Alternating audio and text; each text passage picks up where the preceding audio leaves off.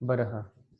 आधी आपण जो पार्ट बघितला तो पिरियॉडिक टेबलशी रिलेटेड बघितला, पिरियॉडिक टेबलशी रिलेटेड. आता ना प्रत्येक जो इलेमेंट आहे, प्रत्येक जो आता म्हणजे ऑर्बिट आहे, आता या ठिकाणी बघा, आता हा इथं ना पोटॅशियमचं उदाहरण दिलेलं आहे. आता बघा, इथं सेंटरला हा जो आहे ना, हा न्यूक्लियस आहे, न्यूक्लियस. आणि त्याच्या बाहेर हा पहिला ऑर्बिट आहे, पहिला ऑर्बिट 1 नंबर लिहिलेला आहे बघा, इथं लक्षात येतं. त्यानंतर हा दुसरा हा. ऑर्बिट आहे, दुसरा ऑर्बिट, हा दुसरा ऑर्बिट आहे. तर याच्यामध्ये इलेक्ट्रॉन जर का आपण मोजले तर ते 8 आहेत. त्याच्यानंतर पुढे तिसरं ऑर्बिट आहे, पुढे चौथा ऑर्बिट आहे. या पद्धतीने ऑर्बिट जे आहेत ना ते वाढत जातात. तर ना त्यांचे जे ऑर्बिट आहेत ना, त्या कोणत्या ऑर्बिटमध्ये किती इलेक्ट्रॉन राहणार हे ठरलेलं आहे. कोणत्या ऑर्बिटमध्ये किती इलेक्ट्रॉन राहणार हे ठरलेलं आहे. रॅन्डमली किती पण राहत नाही, रॅन्डमली किती पण इलेक्ट्रॉन राहत नाही.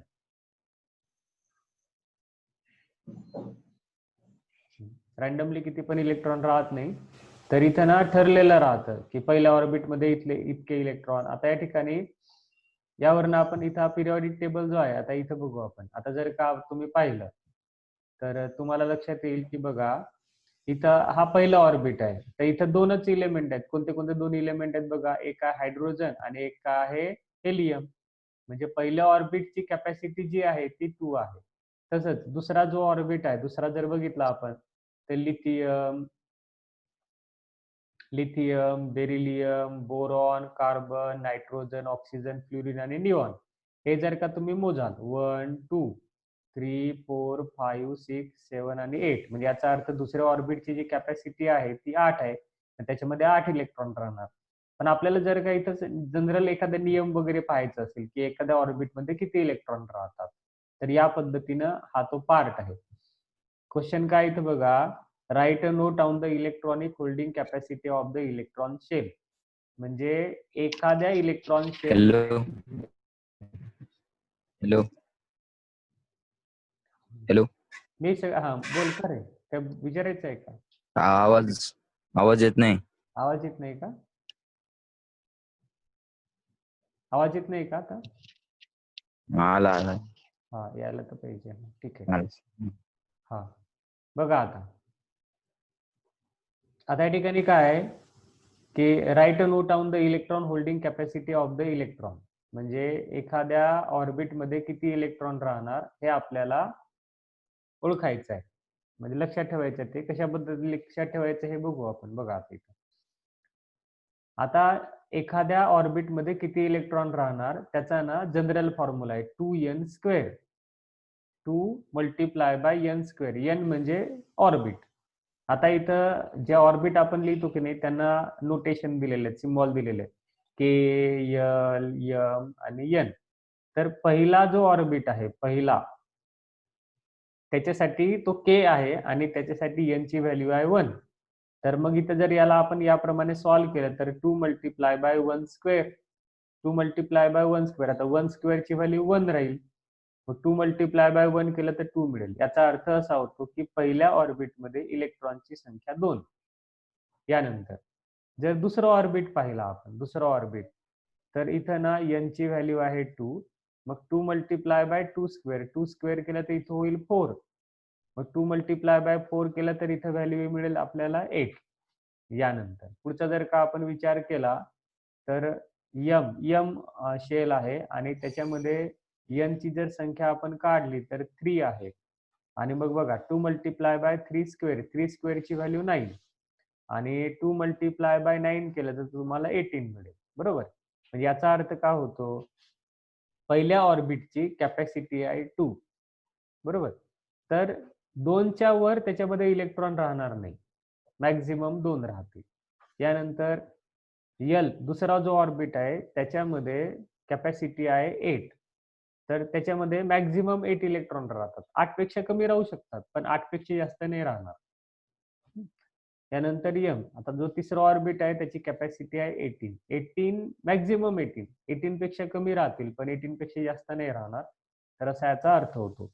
तसंच जर का आपण फोर्थ ऑर्बिट पाहिला तर 2 मल्टिप्लाय बाय 4². 4² ची व्हॅल्यू आहे 16. तर 2 मल्टिप्लाय बाय 16 म्हणजे 32. तर या पद्धतीनं तर इलेक्ट्रॉनची संख्या राहणार आहे. आता इथं आपण एक एक समजून घेऊ बघा. As per the electron holding capacity of the shell 2, elements are present in the first period.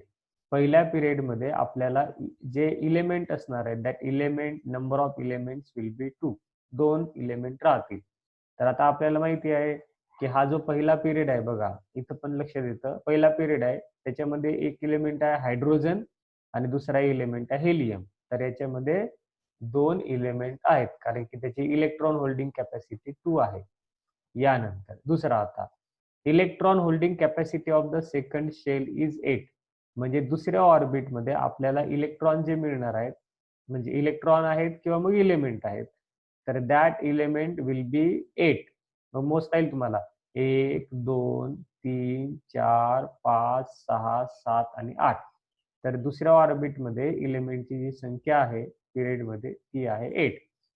यानंतर आता या आपल्या नियमाप्रमाणे जर पाहिलं तर तिसऱ्या ऑर्बिटमध्ये 18 इलेमेंट असायला पाहिजे. 18 इलेमेंट असायला पाहिजे. पण जर का मी पिरियॉडिक टेबल बघितला तर मला लक्षात येतं की इथं ना हे मोजले मी समजा 1 2 त्याच्यानंतर 3 4 5 6 7 आणि 8.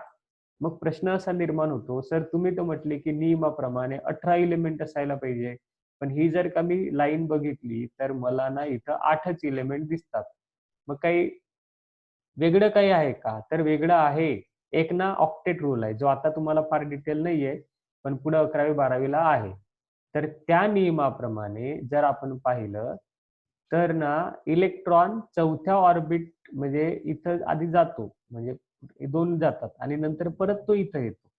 तर याचा अर्थ चौथा शेल चालू होतो. तर म्हणून ती जी संख्या आहे ना ती आपण ऑक्टेटच्या नियमाप्रमाणे इथं बघा आता लक्षात येईल या ठिकाणी पॉइंट आहे. Electron holding capacity of the third shell is 18. त्याची कॅपॅसिटी 18 आहे. इथं बघा तिसऱ्या ऑर्बिटची कॅपॅसिटी 18 आहे. But the third period content only 8 element. Third period मध्ये 8च इलेमेंट आहेत. या ठिकाणी बघा फक्त 8च इलेमेंट आहेत. तिसऱ्या पिरियड मध्ये 8. जेव्हा की कॅपॅसिटी 18 आहे पण इलेमेंटची संख्या मात्र 8च आहे. का बरं? त्याचं कारण हे आहे due to the law of electron octet. आणि इलेक्ट्रॉन ऑक्टेटचे जे डिटेल स्टडी आहे ते तुम्हाला आता 10वीला नाहीये पण 11वी 12वीला ते डिटेल स्टडी आहे. तर फक्त एक थोडंसं मी शॉर्ट मध्ये सांगतो लक्षात ठेवा. तिसऱ्या म्हणजे याचे इलेमेंट आता पूर्ण झाले म्हणजे याची कॅपॅसिटी 288 पूर्ण झाली. 288 पूर्ण झाल्यानंतर ना जर का पुढचा इलेक्ट्रॉन आला म्हणजे 19 नंबरचा इलेमेंट आला समजा म्हणजे इथं 2 आणि 4 2 आणि 8 10 10 आणि 8 18. मग एखादा पुढचा इलेमेंट आहे ज्याच्यामध्ये 19 आहे. तर 19वा जर का आला ना तर हा या 8च्या ऐवजी 9 होत नाही तर तो पुढच्या ऑर्बिटमध्ये जातो म्हणजे एक इलेक्ट्रॉन पुढच्या ऑर्बिटमध्ये जातो पुढच्या चौथ्या. तसंच 20 झाले समजा तर तो पुढचा इलेक्ट्रॉन आहे ना तो पण चौथ्या ऑर्बिटमध्ये जातो. पण त्याच्यानंतर जर का 21 झाले तर तो जो आहे ना तर तो या ऑर्बिटमध्ये जातो म्हणजे वेगळ्या थर्ड ऑर्बिटमध्ये डी ऑर्बिटल मध्ये जातो तो. त्याच्यामुळे तो येतो. तर मग आता फक्त एवढं लक्षात ठेवा की नियमाप्रमाणे म्हणजे नियमाप्रमाणे जर आपला रूल आहे त्या रूल प्रमाणे जरी का तिसऱ्या ऑर्बिटमध्ये 18 इलेक्ट्रॉन असायला पाहिजे पण ऑक्टेटच्या नियमाप्रमाणे त्याच्यामध्ये फक्त 8च इलेक्ट्रॉन राहतात. म्हणून इथं 8 आहेत. जेव्हा की त्याची कॅपॅसिटी जी आहे थर्ड ऑर्बिटची ती 18 आहे पण ऑक्टेटच्या नियमाप्रमाणे त्याच्यामध्ये 8च इलेक्ट्रॉन असायला पाहिजे. तर हा तो पॉइंट. हा मग आता या ठिकाणी हा पार्ट आहे. मी आता तुम्हाला थोडे थोडे प्रश्न विचारत जाईल शिकवत असताना मग तुम्हाला आलं पाहिजे ते. वाणी हे व्हिडिओ चालू करा. वाणी आवाज येते का वाणीला? बरं. तर तुझ्या मागं ना लाईट आहे. लाईट तुझ्या मागं आहे लाईट. तर तू असं कर की लाईट चेहरा करून इकडे बस मी तू लक्ष दे. हा थोडा चेहरा दिसतोय आता. बरं हा आता मी तुम्हाला इथं प्रश्न विचारेल तर तुम्हाला सांगता आले पाहिजे. मग मी विचारेल तर मग तुम्ही अनम्यूट करायचं ना उत्तर द्यायचं. सांगा आता. एखाद्या ऑर्बिटमध्ये इलेक्ट्रॉन काढायचा जनरल फॉर्म्युला काय? कोण सांगेल? श्रुती सांगता येईल का? एखाद्या ऑर्बिटमध्ये किती इलेक्ट्रॉन आहेत किंवा किती एलिमेंट आहेत हे काढायचं असेल तर जनरल फॉर्म्युला काय? Tn square. 2n square. कोणता फॉर्म्युला आहे? 2n square. Two. बरोबर. हा, करेक्ट. आता कुठे तू सांग रे साईश. n म्हणजे काय राहतो? What is mean by n? ऑर्बिटचा नंबर.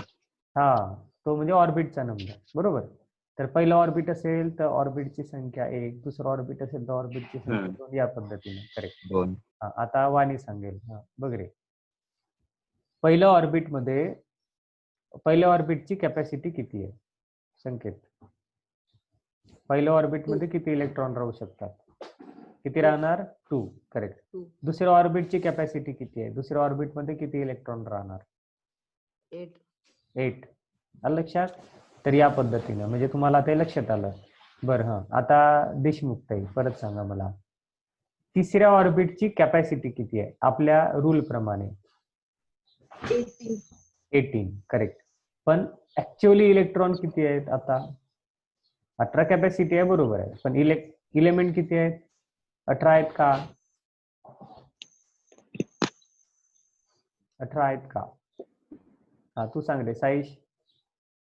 तिसऱ्या ऑर्बिटची कॅपॅसिटी 18 आहे आपल्या नियमाप्रमाणे. बरोबर. इथं या नियमाप्रमाणे बघितलं तर याच्यामध्ये 18 इलेक्ट्रॉन असायला पाहिजे.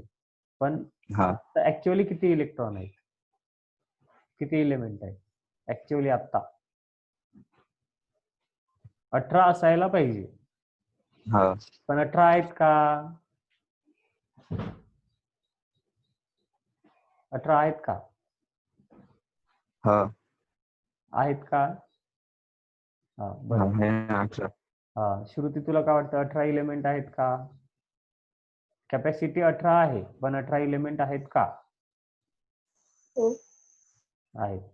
बरं संकेत तुला काय वाटतं सांग? 18 कॅपॅसिटी आहे पण 18 एलिमेंट आहेत का? संकेत व्हिडिओ चालू करा, सांगा.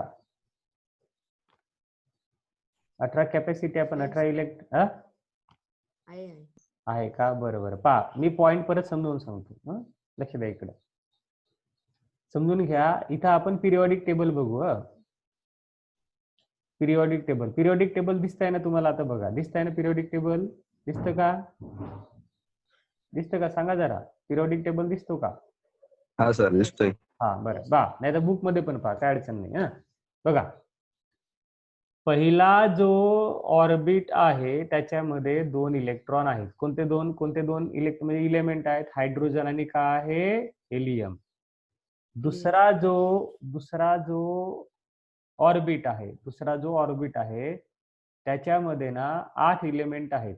1 2 3 4 5 6 7 आणि 8 एलिमेंट आहेत.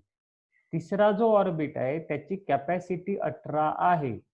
The capacity of the third period is 18, but actually there are only 8 elements. 1 2 3 4 5 6 7 8. तर कॅपॅसिटी त्याची 18 आहे पण त्याच्यामध्ये 8च इलेमेंट आहेत. दिसतंय ना? इलेमेंट हे 8च आहेत. कॅपॅसिटी 18 आहे पण इलेमेंट 8 आहेत. तर का बरं 8 आहेत? याचं कारण इथं दिलेलं आहे बघा, समजून घ्या परत. Electron holding capacity of the third shell is 18, but third period contains only 8 element. तिसऱ्या पिरियड मध्ये फक्त 8 एलिमेंट आहेत. कारण बघा, due to the law of electron octet. Electron octet तुम्हाला डिटेल 12वी मध्ये आहे, पण ऑक्टेटच्या नियमाप्रमाणे तिथं फक्त 8च एलिमेंट आहेत. आता लक्षात राहील का? सगळ्यांनी बरोबर लक्षात ठेवा बरं का. हा कन्फ्यूज थोडासा होण्यासारखा आहे. बरं, क्लिअर झालं का तुम्हाला? आता काय सांगितलं मी तुम्हाला? सांगा. थर्ड ऑर्बिटची कॅपॅसिटी किती आहे?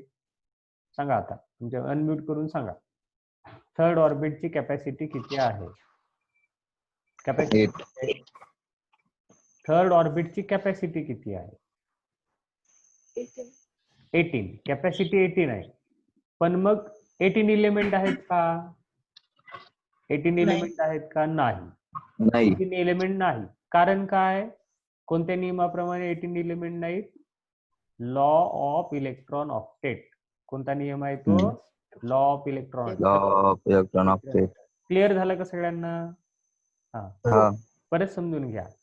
थर्ड ऑर्बिटची कॅपॅसिटी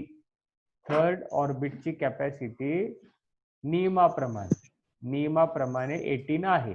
इथं दिसतं तुम्हाला, इथं दिसतं बघा, 18 आहे. नियमाप्रमाणे 18 आहे, पण त्याच्यामध्ये 18 इलेमेंट नाही. का बरं नाहीत? कोणत्या नियमाप्रमाणे नाहीत? Law of electron octet. आणि इथं आपण जर मोजलं तर इथं पण आपल्याला लक्षात येतं. बघा बरं, इथं दुसऱ्या ऑर्बिटमध्ये 8 आहे मोजलं तरी, तिसऱ्या ऑर्बिटमध्ये 1 2 3 4 5 6 7 आणि 8 8च आहे. लक्षात, कॅपॅसिटी जरी 18 आहे तरी पण त्याच्यामध्ये 8च इलेमेंट आहेत ऑर्बिटमध्ये. क्लिअर ठेवा. त्यानंतर the chemical reactivity of element is determined by number of valence electron in it and the shell number of the valence shell. काय बघा, वाक्य समजून घ्या. केमिकल रिएक्टिव्हिटी म्हणजे एखादा जो इलेमेंट आहे तो रिएक्टिव्ह आहे किंवा रिएक्टिव्ह नाही. एखादा इलेमेंट जो आहे तो रिएक्टिव्ह आहे किंवा नाही हे जर का आपल्याला समजून घ्यायचं असेल,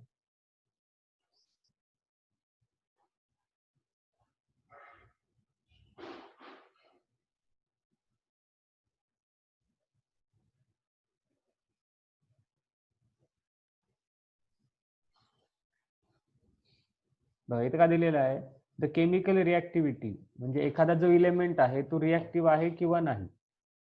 the chemical reactivity of the element is determined by. कशाने डिटरमाइंड करतो आपण? समजून घ्या जरा.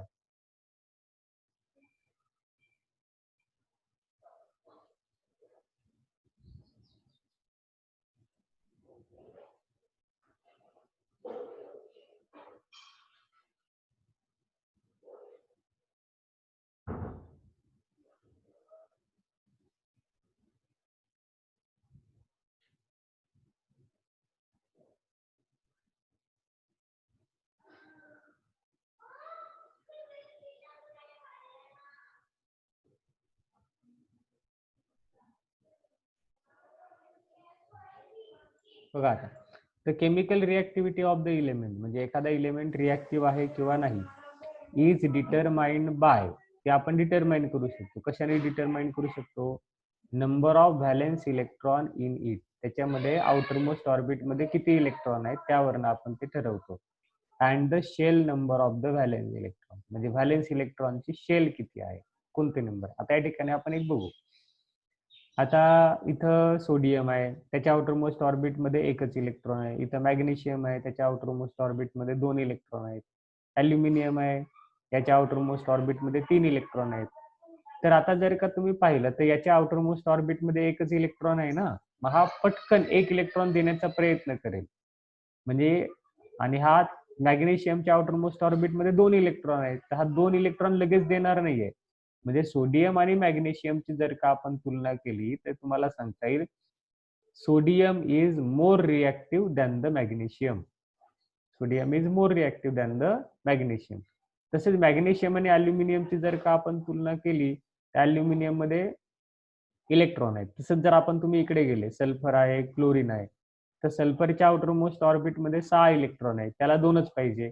क्लोरीनच्या आउटर मोस्ट ऑर्बिट मध्ये 7 इलेक्ट्रॉन आहेत, ऑक्टेट पूर्ण करण्यासाठी त्याला एकच इलेक्ट्रॉन पाहिजे. तर एकच इलेक्ट्रॉन पाहिजे ना याला क्लोरीनला, तर तो लगेच मिळवू शकतो, म्हणजे मिळवण्याचा तो प्रयत्न करेल. तर एकच इलेक्ट्रॉन मिळवण्याचा त्याने जर का प्रयत्न केला तर सल्फर आणि क्लोरीन, आता सल्फरला इलेक्ट्रॉन लागत आहेत 2 आणि क्लोरीनला इलेक्ट्रॉन लागत आहे एकच. मग आता जर का विचार करा की तुम्हाला काय वाटतं की कोण जास्त रिएक्टिव्ह आहे, कुठे सांगता येईल का? सल्फरला इलेक्ट्रॉन लागत आहेत 2 आणि क्लोरीनला इलेक्ट्रॉन लागत आहे 1. मग या दोघांची जर आपण तुलना केली तर साई सांगता येईल का कोण जास्त रिएक्टिव्ह आहे? कोण जास्त रिएक्टिव्ह आहे? सल्फर आणि क्लोरीन. Sulphur, chlorine. क्लोरीन जास्त. या पद्धतीनं म्हणजे त्याच्या आउटरमोस्ट ऑर्बिट मध्ये किती इलेक्ट्रॉन आहेत यावरनं आपण तो रिॲक्टिव्ह आहे किंवा नाही हे लक्षात येतं. संकेतला काय प्रश्न आहे का विचारा. तर त्यावरनं आपल्याला लक्षात येतं chemical reactivity of the element is determined by the number of valence electron in it and shell number of the valence shell. म्हणजे त्याची शेल किती आहे. आता इथं बघा याला एक शेल आहे, इथं 2 शेल आहेत, इथं 3 शेल आहेत, ऑर्बिट इथे 4 शेल आहेत, म्हणजे 4 ऑर्बिट आहेत. या पद्धतीनं ते लक्षात येतं. यानंतर पुढचा पार्ट या ठिकाणी आहे periodic trend in the modern periodic table. Trend कसा आहे म्हणजे त्याचा क्रम कसा आहे, म्हणजे चढता क्रम आहे, उतरता क्रम आहे, त्याच्याशी रिलेटेड कधी कधी आपण म्हणतो ट्रेंड नाही का, म्हणजे या गोष्टीचं ट्रेंड आहे, ही गोष्ट आता जास्त चालते वगैरे त्या पद्धतीने. बघा आता periodic trend in the modern periodic table. Periodic trend कुणामध्ये मॉडर्न पिरियॉडिक टेबल मध्ये. तर ट्रेंड कसं आहे बघू. When properties of the element in a period or group of the modern periodic table are compared, certain regularity is observed. काही regularity त्याच्यामध्ये राहते. Certain त्याला हात जात सुद्धा.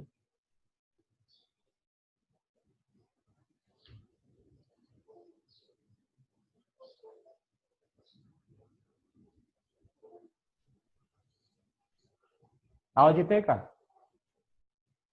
साईश. आवाज येत आहे का.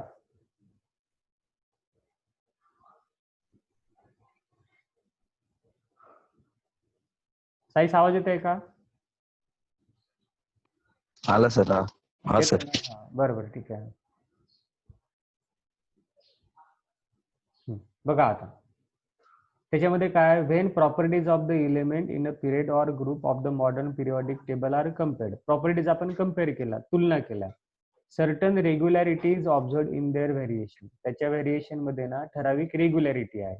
It is called periodic trend in the modern periodic table. तर रेग्युलॅरिटी एक उदाहरण समजून घेऊ. बघा आता इथं लिथियम आहे, इथं बेरिलियम आहे, इथं बोरॉन आहे, कार्बन आहे, नायट्रोजन आहे, ऑक्सिजन आहे, फ्लोरीन आहे, निऑन आहे. तर जर का तुम्ही लिथियम आणि बेरिलियमची तुलना केली तर काही रेग्युलॅरिटी आहे. बेरिलियम आणि बोरॉनची तुलना केली तर काही रेग्युलॅरिटी आहे. बोरॉन आणि कार्बनची तुलना केली तर काही रेग्युलॅरिटी आहे. म्हणजे रेग्युलॅरिटी अलॉंग द पिरियड आहे, पिरियड प्रमाणे. जर तुम्ही ग्रुप प्रमाणे विचार केले म्हणजे वरून खाली जर का विचार केला तर हायड्रोजन आणि लिथियम मध्ये काय रेग्युलॅरिटी आहे. लिथियम आणि सोडियम मध्ये काय रेग्युलॅरिटी आहे. सोडियम आणि पोटॅशियम मध्ये काय रेग्युलॅरिटी आहे. तर असा जो काही थोडाफार व्हेरिएशनचा पार्ट आहे, थोडाफार जो बदल आहे त्याला आपण नाव लिहितो पिरियॉडिक ट्रेंड. त्याला आपण ट्रेंड असं नाव लिहितो, पिरियॉडिक ट्रेंड. बघा आता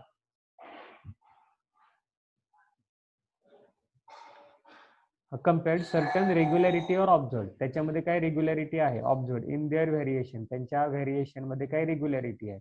it is called periodic trend in the modern periodic table. त्याला आपण म्हणतो पिरियॉडिक ट्रेंड. ज्या रेग्युलॅरिटी आपल्याला ऑब्झर्व होतात त्यांना आपण म्हणतो पिरियॉडिक ट्रेंड. आता पिरियॉडिक ट्रेंड कशामध्ये होतं. एक टर्म आहे व्हॅलेन्सी. व्हॅलेन्सी म्हणजे आता ते डिटेल कॉन्सेप्ट आहे. आता या ठिकाणी बघू आपण एक उदाहरण समजून घ्या. इथं सोडियम आहे. सोडियमच्या आउटर मोस्ट ऑर्बिट मध्ये किती इलेक्ट्रॉन आहेत सांगा जरा. सांगता आलं पाहिजे. 1. तर याची व्हॅलेन्सी 1. करेक्ट. त्याच्यानंतर मॅग्नेशियम. श्रुती सांगेल कोण. मॅग्नेशियमच्या आउटर मोस्ट ऑर्बिट मध्ये 2 इलेक्ट्रॉन आहेत. बरोबर. तर याची व्हॅलेन्सी किती. 2 इलेक्ट्रॉन आहेत ना. मॅग्नेशियमच्या आउटर मोस्ट ऑर्बिट मध्ये 2 इलेक्ट्रॉन आहेत. मग व्हॅलेन्सी किती झाली 2. त्यानंतर तसंच आता अल्युमिनियम आहे. अल्युमिनियम हा कोण संकेत सांगरे. अल्युमिनियमच्या आउटर मोस्ट ऑर्बिट मध्ये 3 इलेक्ट्रॉन आहेत. तर मग अल्युमिनियमची व्हॅलेन्सी किती झाली 3 झाली. करेक्ट.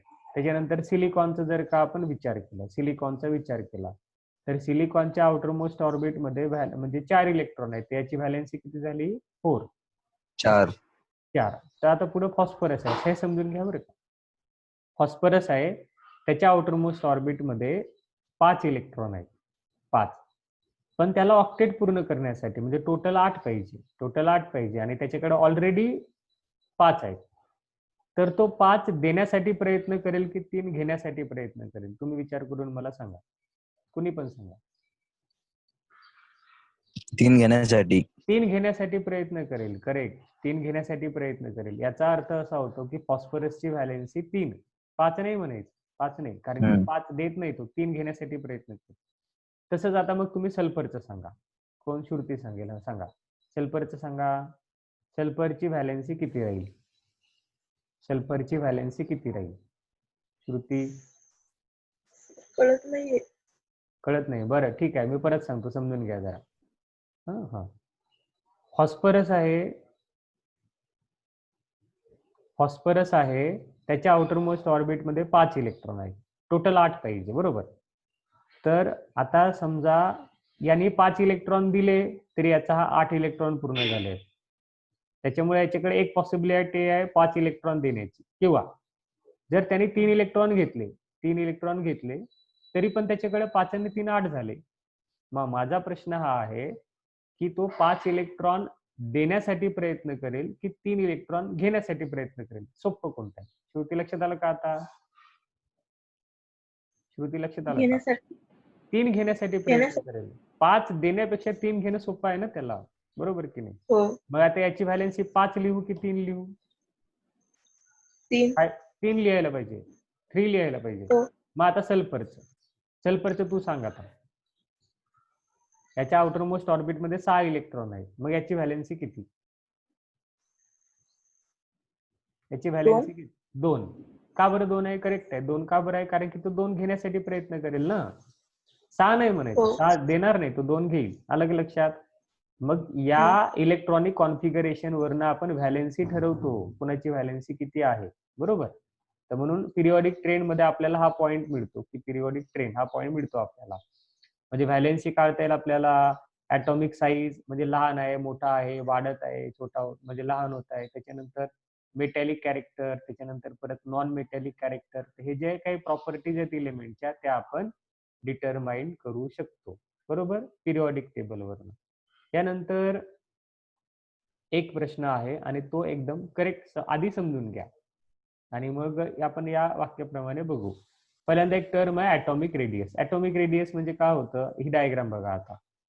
आता समजा तुम्ही एक असा विचार करा की हा एक मोठा सर्कल आहे. के पोटॅशियमचा हा सर्कल आहे. तुम्हाला दिसतंय सगळ्यांना? बघा जरा. टेक्स्टबुक पुढे ठेवलं तर चांगलंच होईल. हा सर्कल आहे, सर्कल. पोटॅशियमसाठी हा सर्कल आहे. आता याची जर का मला रेडियस काढायची आहे तर मी कुठून कुठपर्यंत अंतर घेईल? मला या सर्कलची रेडियस काढायची आहे तर मी कुठून कुठपर्यंत अंतर घ्यायला पाहिजे? Centre to the edge of the circle. K पासनं म्हणजे केच्या सेंटर पासून ते 4थ्या ऑर्बिट पर्यंत. 3ऱ्या ऑर्बिट पर्यंत नाही, कारण की शेवटचा 4था आहे ना. म्हणजे न्यूक्लियसच्या सेंटर पासनं आउटर मोस्ट ऑर्बिट पर्यंत जी मी लाईन ड्रॉ करेल या ठिकाणी त्याला मी रेडियस म्हणेल, बरोबर की नाही? तर त्याला ऍटॉमिक रेडियस म्हणतात. लक्षात आलं आता? मग आता ही डेफिनेशन बघा. आता या ठिकाणी काय? Atomic radius for an isolated atom. एक सिंगल ऍटम पाहिजे, त्याच्यासोबत दुसरा जोडून नको. For an isolated atom atomic radius is the. Atomic radius काय आहे? Atomic radius is the distance between. कुणामधला डिस्टन्स आहे? Centre of the nucleus. Centre of the nucleus of the atom and its outermost shell. शेवटचं shell, बाहेरचं shell, याच्यामधला जो अंतर आहे त्याला म्हणता येईल तुम्हाला ऍटॉमिक रेडियस. म्हणजे न्यूक्लियसच्या सेंटर पासून ते आउटर मोस्ट शेल पर्यंत जो अंतर राहतो त्याला म्हणता येईल तुम्हाला ऍटॉमिक रेडियस. मग आता यानंतर आता ना याचं कारण बघू. आता त्याचा ट्रेंड बघू. काय आता तुम्हाला सांगता आलं पाहिजे बरं का, बरोबर समजून घ्या. आता आपण हे पिरियड घेऊ, 3 नंबरचा पिरियड घेऊ आणि सगळ्यांनी जरा रिस्पॉन्स द्यायचं, सांगायचं पण. श्रुती व्हिडिओ चालू करा, संकेतवाणी व्हिडिओ चालू करा. बघा इथं ना, इथं हे दिसतंय तुम्हाला सगळ्यांना बरोबर? बघा, सोडियम आहे, मॅग्नेशियम आहे, अल्युमिनियम आहे. आता हे 281 म्हणजे टोटल संख्या किती झाली सांगा बरं? 281 यांची बेरीज करून सांगा मला. 11 झाली. मॅग्नेशियम इथं बेरीज करून सांगा. 12. इथं अल्युमिनियम 13. सिलिकॉन 14. फॉस्फरस 15, सल्फर 16 16 बरोबर, क्लोरीन 17 आणि ऑर्गॉन का झाला 18. म्हणजे 18. सोडियमच्या न्यूक्लियसमध्ये 11 आहेत, 11 प्रोटॉन आहेत आणि प्रोटॉनवर पॉझिटिव्ह चार्ज राहतो. मॅग्नेशियमच्या मध्ये 12 प्रोटॉन आहेत, अल्युमिनियम मध्ये 13 प्रोटॉन आहेत, सिलिकॉन मध्ये 14, फॉस्फरस मध्ये 15, सल्फर मध्ये 16, क्लोरीन मध्ये 17 आणि ऑर्गॉन मध्ये 18. म्हणजे 18. प्रोटॉनची संख्या बरोबर, प्रोटॉनची संख्या सोडियम पासून ऑर्गॉन पर्यंत वाढली. प्रोटॉनची संख्या वाढली म्हणजे फक्त प्रोटॉनच वाढले नाही तर पॉझिटिव्ह चार्ज पण वाढला. कारण की प्रोटॉनवर पॉझिटिव्ह चार्ज राहतो.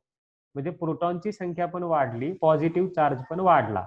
आता इथं बाहेरच्या ऑर्बिटमध्ये 1 इलेक्ट्रॉन आहे, म्हणजे 11 प्रोटॉन एका इलेक्ट्रॉनला अट्रॅक्ट करत आहेत. इथं 12 प्रोटॉन 2 इलेक्ट्रॉनला अट्रॅक्ट करत आहेत. इथं 13 प्रोटॉन 3 इलेक्ट्रॉनला अट्रॅक्ट करत आहेत. इथं 14 प्रोटॉन 4 इलेक्ट्रॉनला अट्रॅक्ट करत आहेत. तर आता मी तुम्हाला एक विचारतो, सोडियम मध्ये काय होत आहे, 11 प्रोटॉन 11 प्रोटॉन, कारण की यांची बेरीज 11 आहे, ते बाहेरच्या ऑर्बिट मधल्या एका इलेक्ट्रॉनला अट्रॅक्ट करत आहे, ओनली 1.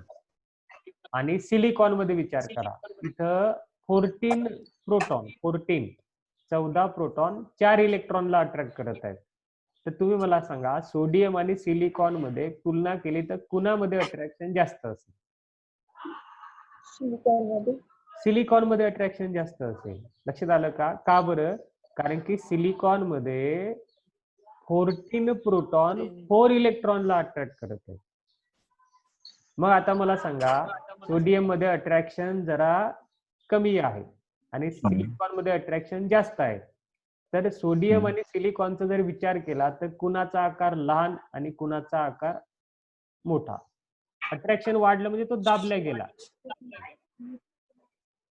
सोडियम आणि सिलिकॉन मध्ये कुणाचा आकार लहान आणि कुणाचा आकार मोठा?